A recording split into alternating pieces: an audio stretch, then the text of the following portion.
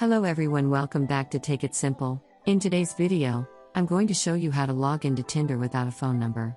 Keep watching the video till the end and don't forget to subscribe to our channel by hitting the subscribe button. Press the notification bell icon so that you'll never miss another update from us. Now, let's get started. Click open a web browser first and type in Tinder.com in the search box. Once you make your search, you'll end up on the official website. Go and click on the login button in the top right corner and from the pop-up if you don't want to log in using your phone number.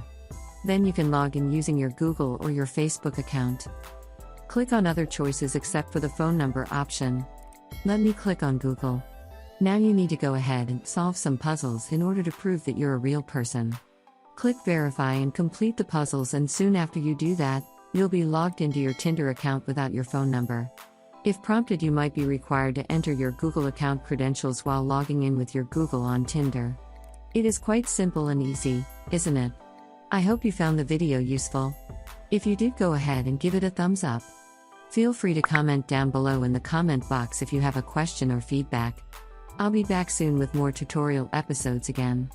Thank you for watching.